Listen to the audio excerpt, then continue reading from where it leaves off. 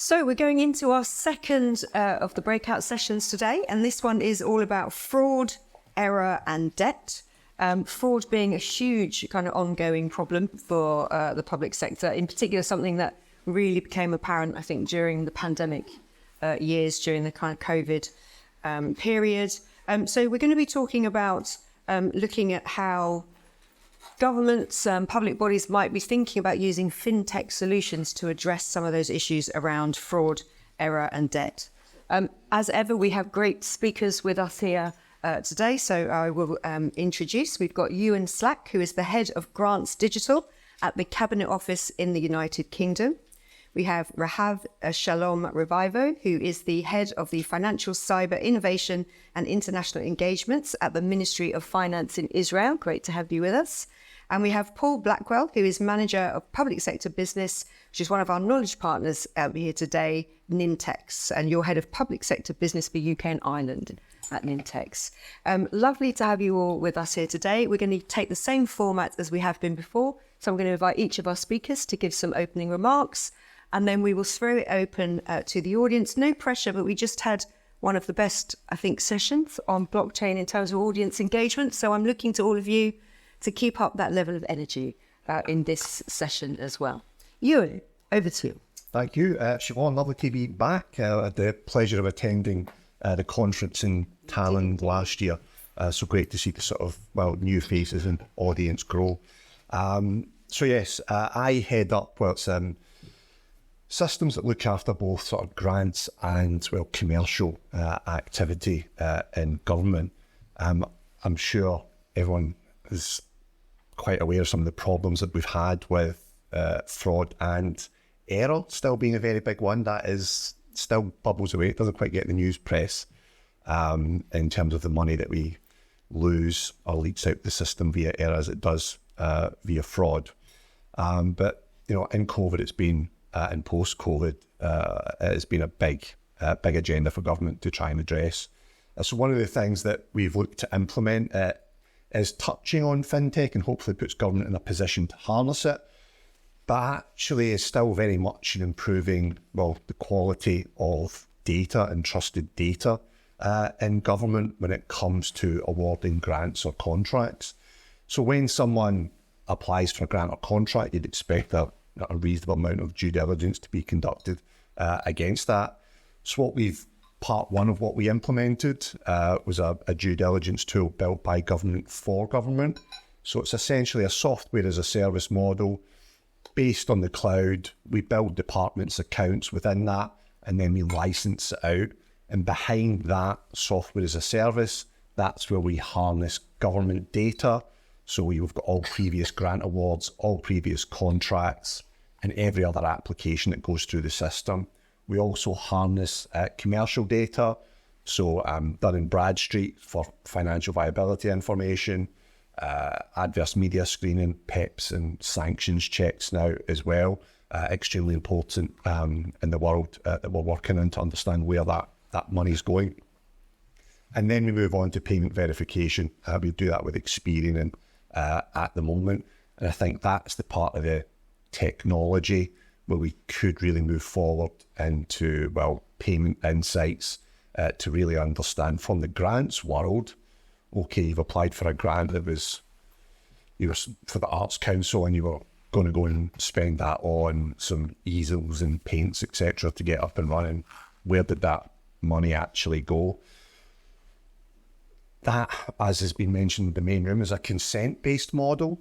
So how do we put government in the right place where it's got the right technology and data, but how do we drive forward the change to get that consent? So it's, like I say, it's not just understanding who's on that bank account, but it's actually where that money's going.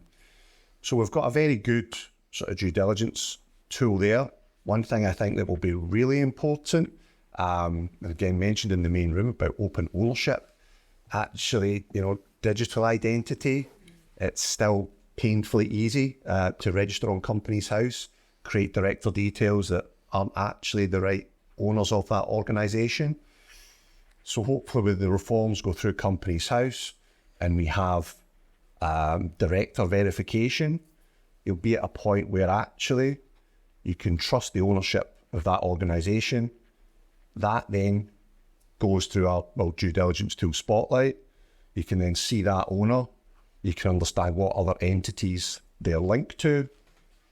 And then naturally, you can then trust the payment at that stage. So there'll be a few technologies, I think, that we're putting government in a good position to harness, but we're probably not quite there yet. Can I just ask, thanks you, can I just ask a couple of things? So the use of Spotlight already, have you got a sense of kind of what you've achieved for it, how much it's saved? Yeah, absolutely. So billions, basically, as a tool for government.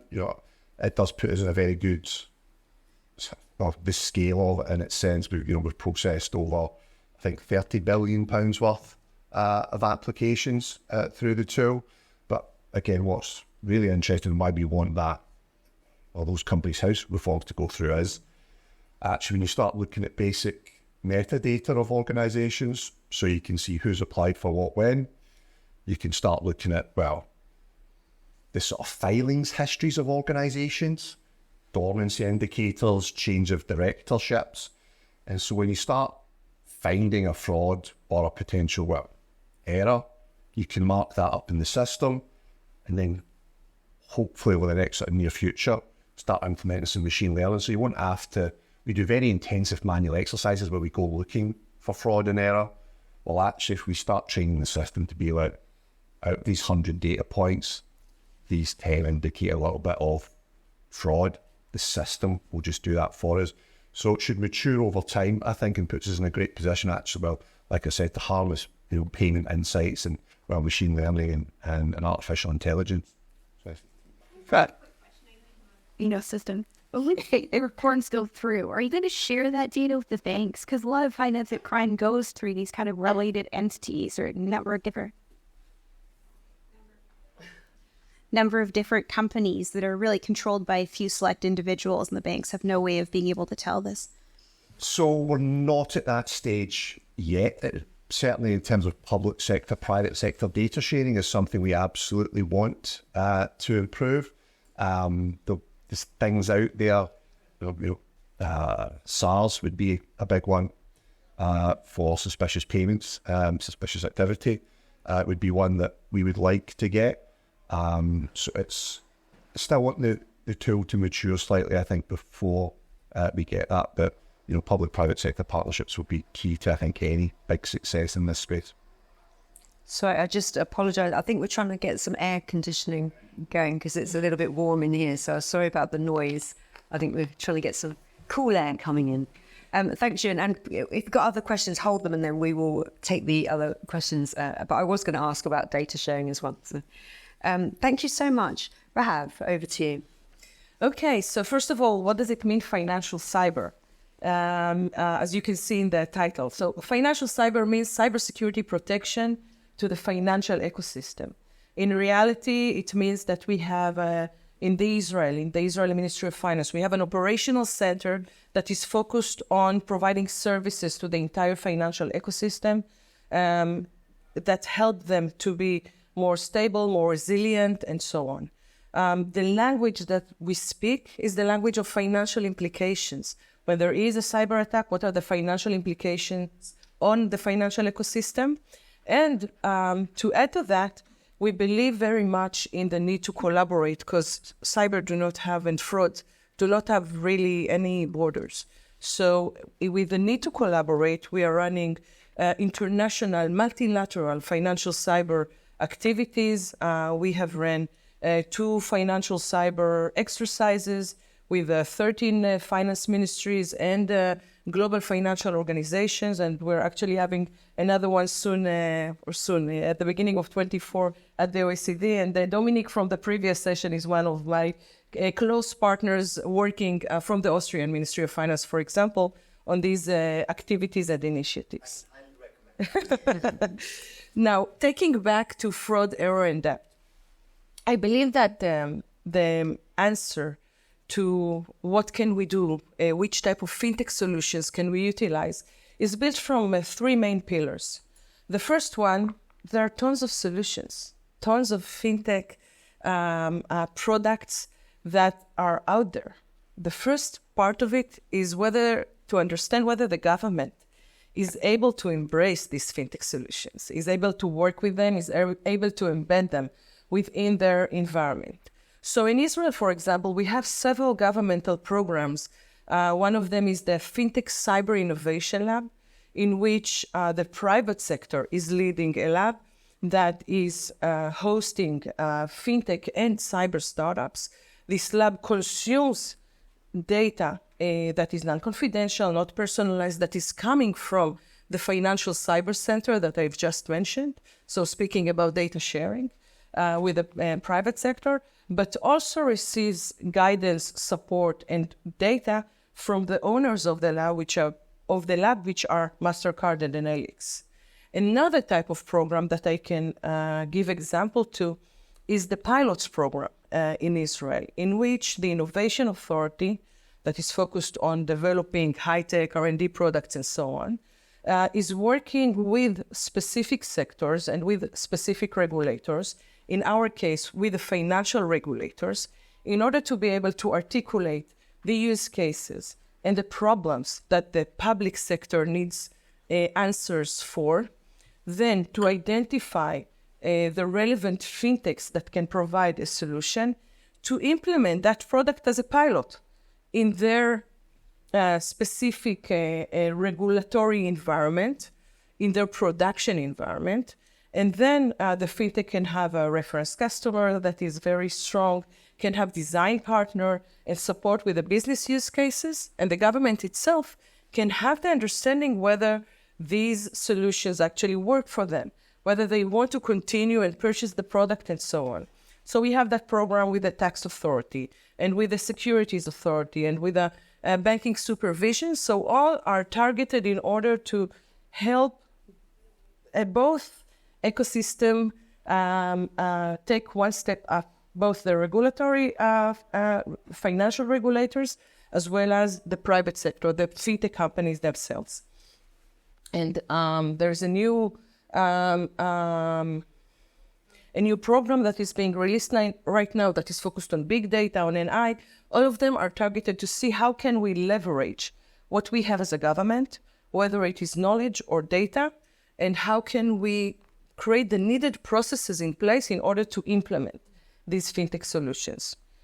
The second portion that is relevant to our discussion is the need to collaborate. Every agency have their own database with information about fraudulent accounts, about suspected personas or accounts. If we'll have that, first of all, in the national level, that interagency collaboration that will allow us to share more information in a specific normalized manner, it will bring us all to a much less siloed approach. The second portion that is related to collaboration is PPP, the public-private partnerships. The private sector leads the way. They have the money, they have the budget, they have the personnel that can identify, analyze, and see a lot of information related to frauds. They can, once we'll have an ability to easily share information between the public and private sector, just envision a system that can allow everyone to easily post information to the government about, from the financial sector, from the financial institutions themselves, identifiers, accounts that are problematic, and so on. We can do much more with the information that is shared between everyone to protect the entire ecosystem of the public sector and the private sector that we're in charge of.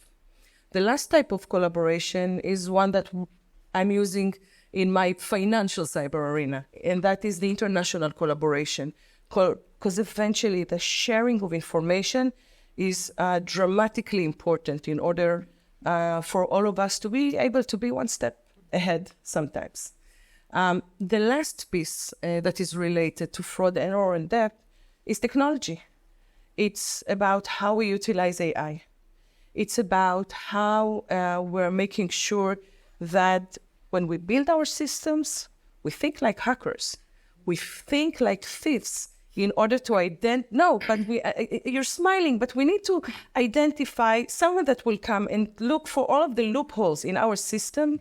Need to think like, when we develop these systems, we need to think like that in order to be able to close these loopholes, to not leave them in the air. Water will find the easiest path to go through, okay? So we'll need to make sure that at least in our shift in our area, we don't have any holes. I can speak about technologies that we're using in Israel.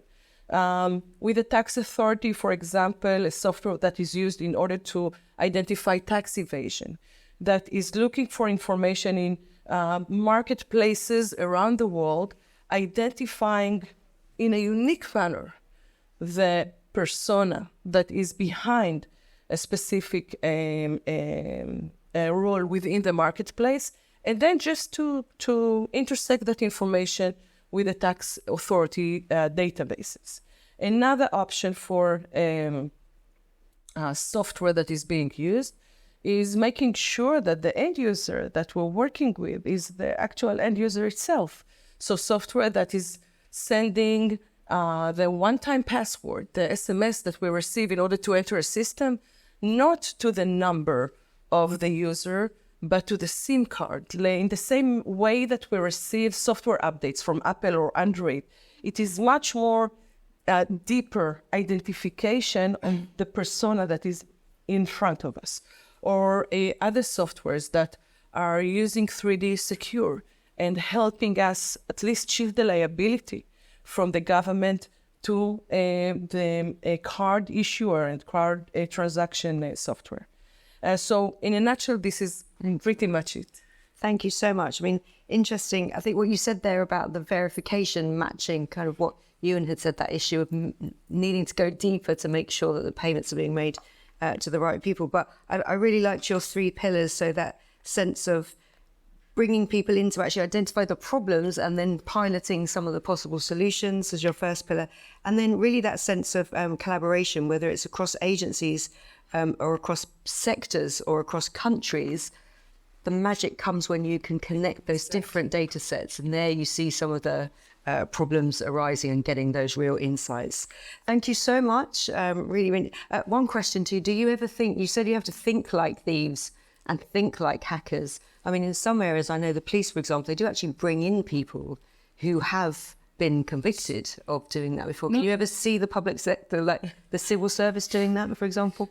Not convicted, but white. No, not what a good watch. No, but it's called white hackers. Okay, people that are able to hack, and if we will not take them to the right side, and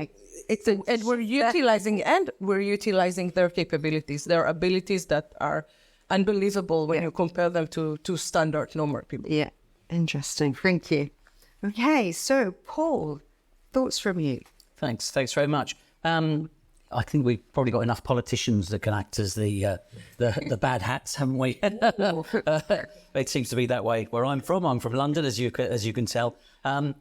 I'm a little bit different from most of you here in that I work for a company who is a supplier of solutions into government for fintech and things like that. So I'm here. I was coming along today really to learn, and then they said, "Oh, come and say a few words for us." So I thought, okay, I'll do exactly that. But my role is to listen to what the problems are that you're facing, and then try and come up as a supplier of technology solutions to come up with ways to solve some of those problems. And so I then thought, well, I'll do my research. Let's have a look at some statistics to see, how much of a problem is this? Because, again, I'm from the UK. Surely it's not a big issue. It's the developing countries that'll have these kind of challenges. So the National Audit Office in the UK estimates that fraud is costing the UK between 30 and 49 billion pounds every year. I thought that was going to be over 5 years or something, but almost 50 billion pounds a year, that's 5% of public expenditure is going out in fraud. Errors and mistakes, 21 billion. Okay, so another 2.5% on top of that. Absolutely huge numbers, and that's in the UK. Now, some of that is down to bribery, corruption, which you get everywhere, but fraud, genuine mistakes, and then badly implemented IT systems as well. We've had our fair share of those in the UK. And then generally criminal activity, which, as we talked about earlier, has really risen a lot when the opportunity that people in government had to act very quickly on things and perhaps hand out money without asking the same checks and balances that you would normally undertake. So the knock-on effect, losing all of that money out of the UK economy, poor services, longer waiting lists, and generally a lack of trust in public services, and let's say exacerbated in COVID as well. And then I did some further research. I use Google. I'm very old school. I haven't quite got into this chat GPT thing yet, but I put into Google, what's going on in the UK that's bad. And there was a case, again, we've gone through Brexit. And as part of if we had a no-deal Brexit, we needed some way of enabling ferry services to carry on. So an award was given to a company for £13.8 million in 2020, 2021. And that company had no ships, they had no experience, they had no office. They had 3 people who were in a one of these rented offices somewhere. And so it cost the government another 33 million paying Eurotunnel in compensation because they came second when they should have come first. Yeah, you'd think, how on earth can this happen? But it's happening because we're not taking the right checks and balances. Serco, a company, was awarded a contract to tag prisoners. So people that have come out of prisons and then they're given a tag and told they must stay within range of their home. £20 million was given to Serco to tag offenders who were either still in prison or had passed away. Now that's got to be fraud, right? That's not a genuine mistake. Again, £109 million was then the cost to the government in compensation and legal fees. And then finally, the student loan company, I know you worked in education for quite a while, Siobhan. So they overpaid students £1.3 billion over a 5-year period. Now, I've got 3 children that have either been through university or still there. I haven't seen any of that £1.3 billion. So, they're obviously doing well themselves. The government in the UK wrote off in 2020 £600 million because they were unable to recover that from those students. Now, since then, the student loan company have spent £300 million on getting their IT sorted, better tech solutions with Atos, PricewaterhouseCoopers, UiPath, Pega, excuse me if any of you are in the room. Last year, £20 million. Okay, so they've brought it down a bit from 1.3 billion, but still last year, 53,000 students were affected by overpayments. That would have paid for 500 more civil servants. What did the student loan company blame? They blamed the process. They said, we didn't follow our own process. And that's perhaps where I want to come in and talk about what it is that we're looking at more and more in government, which is, yes, you've got RPA, yes, you've got artificial intelligence, you've got lots of these technology solutions, but underlying it is the actual process itself. Underlying it is enabling people, process, technology. 2 of those, people, train the people better, train them to understand how to use the technology solutions that they're being given. Because quite often people are told, here's this new solution that we've got, and people don't know how to implement it and how to use it properly. But process, just as important. Get the process right. Talk to the people about what the process is. Don't bring in artificial intelligence and RPA. A robot that does things 20 times faster, 24 hours a day, will only make 20 times the number of mistakes for 24 hours a day, right? If you don't do it properly. So it's all about getting the process right. And I think that's something that we as technology providers, we're very happy to give you technology solutions, okay? But I would really encourage everybody, if you're looking at these things, let's look at our processes first. Let's look at how we do things today, and let's talk to the people that are involved, and let's make sure we get the right solutions as far as that's concerned. So that's my first Brilliant. bit. Thank you so much, Paul. Don't go out there as an ambassador for the UK. There are some good things going on in the UK. There is.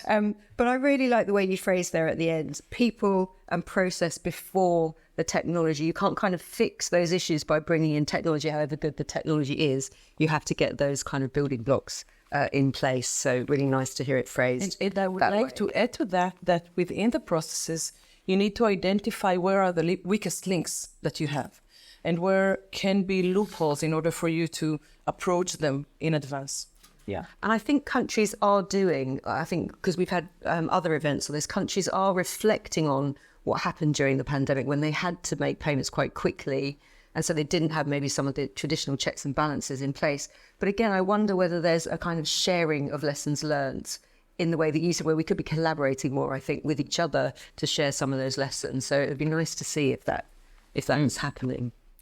Brilliant. Thank you so much for those opening presentations. We have about 25 minutes left before we go to our break. Who would like to kick off with some questions? I mean, yes, I've got one myself, but let's come here first. I have a question pertaining to the application of technology for a large section of the population which might not be very educated, which is elderly people. And we have seen instances, where elderly fraud has been increasing, and given an aging population specifically on this side of the planet, right? This is not only increasing, but also the quantum of fraud that has happened due to this, right, has been increasing exponentially. And I think the problem is that these people are not very well connected with the technology. So as the regulator, right, and this is something that Paul highlighted, that these people might not be using these technologies, which might be existing with the regulator in the first instance. So what would be your solution to tackle this issue? So is your question elderly people being affected by fraud themselves rather than elderly people becoming the fraudsters? They're being the victim of. Yes, becoming the victim of... That can be a third career. That could be a third career as our populations grow older. But Ewan, did you have any... Because this is a slightly different role for government then. It's more helping citizens to protect themselves from fraudulent activity. Yes, I actually think there's two angles to this, because there's protecting them from fraud, but there's also not excluding them from payments and eligibilities, which I'll probably touch on that last one actually, because we encountered that last year with the energy rebate crisis. So that was £150 paid to your council tax bill. If you paid your council tax by direct debit, that money just automatically went to your account where you pay by direct debit. Actually, lots of individuals don't pay via direct debit. And specifically bank accounts set up before 1992, you don't have basically consent to verify the details on that. So naturally we had a whole population of what could be elderly residents in care homes entitled to £150, but no real way of verifying them. Manual solutions, go down to your post office, etc. Again, that doesn't work. And this comes to the point, sometimes you probably have to accept a bit of fraud and error in that system, because it's very difficult in a crisis to get payments out quickly. So I think risk thresholds, you have to accept within that. There'll be some inclusions with that. How you protect them when they are out there, I think, you have to put legislation in place, the right care and awareness and surround them. And that is very much a community-driven aspect. So like I say, government can put frameworks and policy in place, but then actually I think that's where local government and services really come into play, and it brings the people back into it. Technology probably won't solve that solution. It'll be community-driven. Right, so Rahad. Yeah, first of all, awareness, okay? Many campaigns that are targeting the elders in order to educate them, warn them, share information with them. It can be in their native language, if the native language is different than the spoken language in the country. It can be in elders' care homes. I don't know how to say it in English. Yeah, okay. It can be in care homes. For example, we have the banking supervision right now running a campaign. They're arriving physically. Personnel from the banking supervision is arriving physically to locations, speaking with elders in their, again, native language. We have several types of immigrants in Israel, so in the different language in order to educate them. But I can also say that education has its limits as well, meaning I'll give you an example of a campaign that was in Israel. It was called the Russian campaign, and it was called the Russian campaign because people were picking up the phone and speaking with Russian and it's language Russian speaking elders. Okay, they were sending them in WhatsApp fake IDs of they're policemen or they're from a secret service or something like that, persuading them that someone is about to wipe their entire account. And then they're going to the bank with them. It's not even user password. You know, when you have a phishing campaign and you are entering a fraudulent website, you're giving your username, password, and then they can enter your account and transfer money. No, they're going physically with them, sitting in front of the teller in the bank and shifting all of the money, cleaning their account and shifting it to other accounts. And the teller that sits in front of them tells them, hey, this is fraud. He's not a policeman. Don't do that. And they're still going through that process because they're afraid that someone will take the money for them. So I want to, my point is that awareness can bring you to a certain point. And we're trying to solve that with additional awareness campaigns. And this is why the banking supervision is right now and going also to elders' care homes in order to share additional awareness campaigns with them and with the people that are sometimes taking care of them. But there is a limit to what you can do with awareness. Paul, did you have any? Yeah, I mean, it is a huge challenge, right? As you say, I think education is what we're hearing here, but it's, I've got an elderly mother as well, and, I worry all the time that she's going to say, I had a phone call, and she does, somebody from Microsoft telling her that her computer's not working, and she hasn't even got a computer, but she thinks that maybe that her iPad is a computer, and, and that she needs to pay them money and so on, and I think I'm intelligent. I hope I might be, and, even I got caught with a phone call. I'm from your mobile phone provider. This is your email address. This is your phone number. This is how much you paid for your last bill. Then it must be them if they know all that information. But this is, unfortunately, data leaks. And this is the kind of thing that I think it's not so much down to government, but actually private companies really, really need to clamp down on making sure that their data does not get leaked into the wrong hands, because there are some terrible actors out there who, are very, very well organized. And the moment they get a list of data, they're straight onto it with their phone calls and so on. And it's very, very dangerous. So I really do hope we come up with some solutions to that. Thanks. Can I just add on to that? There are methods where you can provide delegated authority to another individual for elderly parents. Maybe, their children could approve transactions that seem unusual or are over a certain size. So that could help reduce fraud. Thanks. Not the in-branch example. I mean, I don't know what you do about that. I think those schemes exist, but not across the board. So I think it depends what country you're in that they have. I know in India that's very widespread. They have that type of scheme. We've got a question, gentleman, there, and then a question here at the front. Hi, do you hear me? Mick from the Irish tax authorities here. Just on the Israeli experience, I'd like to say we locked some of our people in for a brainstorming session where I asked them they had to defraud me of 10 million euros by lunchtime. And it was a very disheartening experience on one hand because they couldn't. It was also a very good testament to their genuine honesty on the other hand. I suppose the question for is, like a lot of the stuff we do in the public service, there's a presumption of honesty, and we try to get the money out as quick because people are in need and look after them and that. Have you found that there's a cultural acceptance maybe that we have to take things a bit slower in terms of getting money out to people, or put a bit more in terms of ID and authentication in place before we release the funds to them? And if there has been, how have you managed that?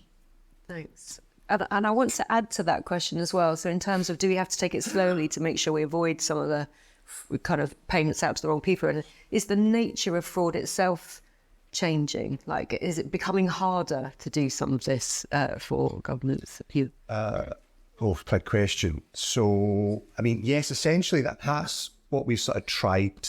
Well, that's what we have done with Spotlight, our due diligence tool. So that's a due diligence tool put in that the hands are available to any, public servant across the UK. So whether that's, a business applying for a grant or contract, within instantly in a second, you've got real-time data coming back from market-leading providers such as, Dun & Bradstreet, Ultimate Beneficial Ownership, International Links.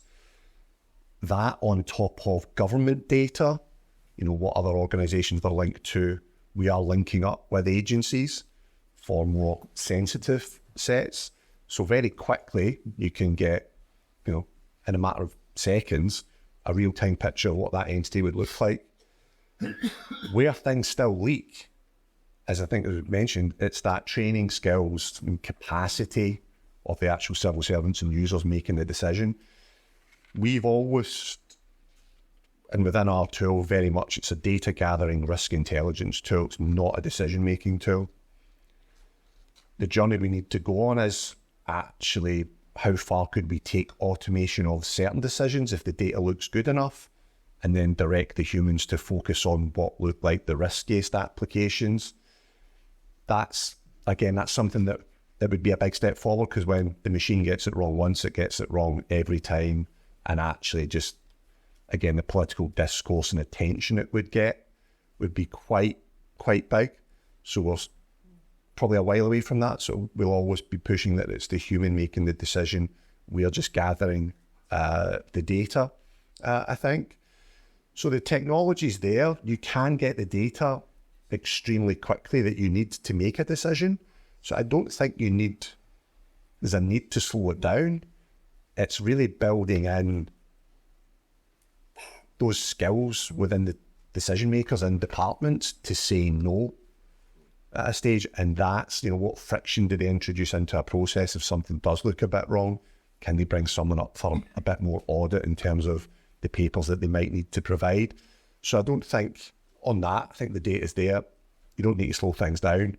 It's upskilling the people.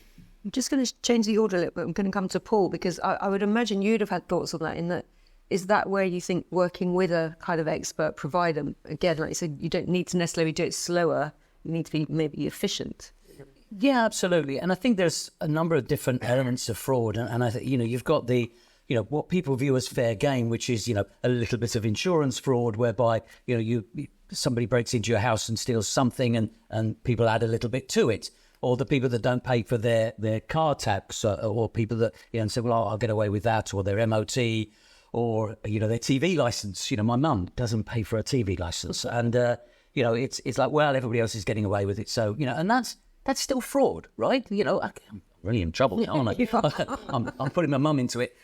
We'll say yeah, no, absolutely. But there's those minor things, and then there's the major fraud attempts that people make. But I think both of them, for we need to help people to understand that fraud is fraud of any kind. And I know the system's now much better in the UK, whereby you can't now get your car taxed if it doesn't have a current MOT. And again, in the past, those things weren't linked, but now the linking together of IT systems between different government departments is definitely helping to enable us to cut down on the minor fraud. But the major fraud, it's human beings. It's not a computer. It's not an AI or a robot that's actually carrying out the fraud. It's individuals, and they are very sophisticated in terms of what they do. And I think it's very hard to stop those happening. Very tough. Have you? Very quickly. Yes, fraud is becoming more and more sophisticated. That's the person on the other side is all day long thinking of how can they, break the system once again. So we need to continue and evolve with our attempts to stop. Second, we cannot run anything slower. That's just giving justifications for other things. We need to move at the same pace or faster, and we need to find the right tools and solutions and processes in place in order to make sure that we do not make the mistakes. And we can go to even deeper analysis of the person and the activity that is on the other side, whether it is multi-factor authentication instead of two-factor authentication when we only receive SMS, whether it is behavioral analysis to make sure that the person on the other side is behaving as expected. And also there are several areas where you find more fraud than others. For example, payment of bills and fees in our payments clearance house that the civilians are paying. So there maybe to be a bit more slow, maybe to have more barriers and checking points in place. Thanks. Okay, I think we had a question down here as well. But again, not so much a question, but regarding phishing of the. By the way, what was the word? The SMS thing, the SIM thing. Now, I mean, it's the multi-factor through the SIM isn't much help nowadays either, because lately the latest big thing is SIM swapping. So there goes MFA down the drain. You can have, for MFA, you can have many other types. Different types of, one through the, okay. But with regards to the elderly, I know that the phishing problem is immense. It's even worse when you come to the financial sector, which I think is the second or the highest, most phished sector in the world. And there is really nothing you can do about it, because you can't train an old person to do this, that, or the other.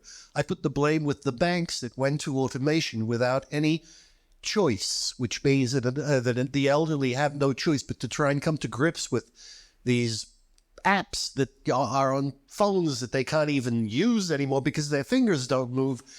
And I think that we should take a lead here. I hate to say this, from the latest White House cyber initiative, and that is shifting the responsibility to the manufacturer. That is, it's the bank which will have to return money, even of phishing, which I think that was a proposed solution in a proposed law last year at some point, that banks will have to restitute phishing as well as simple fraud. Because with phishing, it's human engineering, and they say up till now, they said, well, the customer okayed the transaction, so we're not responsible. But I think that there has been a proposal, if I'm not mistaken, to restitute for that as well. But if the bank does not supply a solution, then the bank has to supply the restitution. Or if a company comes up with an IoT device that it easily breached, then they're the ones, not the hospital, which have to come up with restitution. So I think if we take the White House lead in this and simply shift the blame, I think private industry will be a lot more effective at battling than the public sector. But that's just me. Again, which comes back to a policy and a regulatory kind of decision that would be taken on that. Did anyone want to comment on that? I mean, it goes back a bit to kind of what we covered already. Okay, we got time for one more question, and you can comment as well on. Hi, Maureen here from the Irish Tax Authority as well. My question is around the recovery of defrauded money. Very often, the authority that has been subject to the fraud has to identify it within a very short window of time, and often relying on the receiving bank and the goodwill of the receiving bank to return the money. Does the panel think of that there's any fintech solutions or otherwise coming down the tracks that might assist in the recovery of money subject to fraud? Thank you. Prevention. I think that's so is the thing that we are most focused on, is prevent. When it does leak out the system, capacity issues are massive. We just don't have the number of trained investigators. There's not enough capacity in the CPS system to go after the amount of fraud that's out there. I think so. That one is a big system-wide challenge. Again, payment insights, open banking would really help identify it again. But once it's gone, it's gone. I think in that sense, businesses would liquidate, close, declare. It's a hard message to hear, because I think this has come up, especially during the pandemic, when they kind of issued how much they thought had been lost to fraud. So, for example, in the UK, you mentioned some of the stats. And then the obvious question from the public was, well, get it back. Now get it back. But what you're saying is it's very hard to get it back. We will be a good case study a little bit. We've formed Public Sector Counter Fraud Authority. A good bit of investment is going in there to help with investigate and clawback. So hopefully in the next sort of years or so, we see some good results. And does that then act as a preventative method? How do you measure it and keep them out of the system. Yeah, we'll see. But even with that investment, what we'll get back will be tiny compared to that amount that has gone out, the 16 billion or so that they say in bounce back loans. So yeah, I'd put 99% more effort into prevention and 1% extra into clawbacks. I just think, that's where you see much more of the gains. I think, what I've been hearing in government over the last 20 years is that, by implementing technology solutions, we're saving time, which means we can take individuals and repurpose them. We can give them other roles to do. Unfortunately, as part of generally what happens is they repurpose them onto a job somewhere else within another company. They let them go, and let's make savings that way around, especially during austerity in the UK. But what I am seeing now, with certainly some of our customers, is where they have implemented better workflow solutions, better ways of working, is actually taking those individuals, and I've seen it with a hospital in the north of England, and saying, okay, let's now put them onto phone calling the people that have been on waiting lists. You'll be on a waiting list. Again, my dear old mum, she's on a waiting list for a year to have a new hip at the moment, but she won't hear anything for a year. Whereas now what they're saying is we're going to call those people every 3 months to say, how are you doing, Mrs. Blackwell? Are you okay? Are you still happy to stay on the waiting list? Is there anything else we can do for you? And I think that's a fantastic use. And again, not something you should ever give to a computer to do, because my mum would be a bit scared about that, a computer phoning her up. But actually, let's actually do what we say we're going to do, which is use technology to take away the mundane tasks and actually give those people who have now been saved doing that, filling in spreadsheets and whatever, a task whereby they can actually make phone calls. That's the student loan company. That's why they said, that's why that money's going, because we've had to take people off of the telephone calls and not some of that help. resource could be diverted, for example, onto recouping. Yes, absolutely. Let's use those people in tasks that they can do, and let's do what we promise we're going to do when we implement new technology. Thank you. Yeah. Rahab, giving you a challenge, a positive note to end on. No, I'd like to add to that information sharing, the interagency sharing that we spoke of. The sharing of information in real time, sharing identifiers will help us all not reach less reach the situation in which we need to recover that money. Brilliant. That is a positive. The more we can share information. Thank you so much for all the questions from the audience. Thank you very much to Ewan, to Rahab, and to Paul. Thank you for your expertise.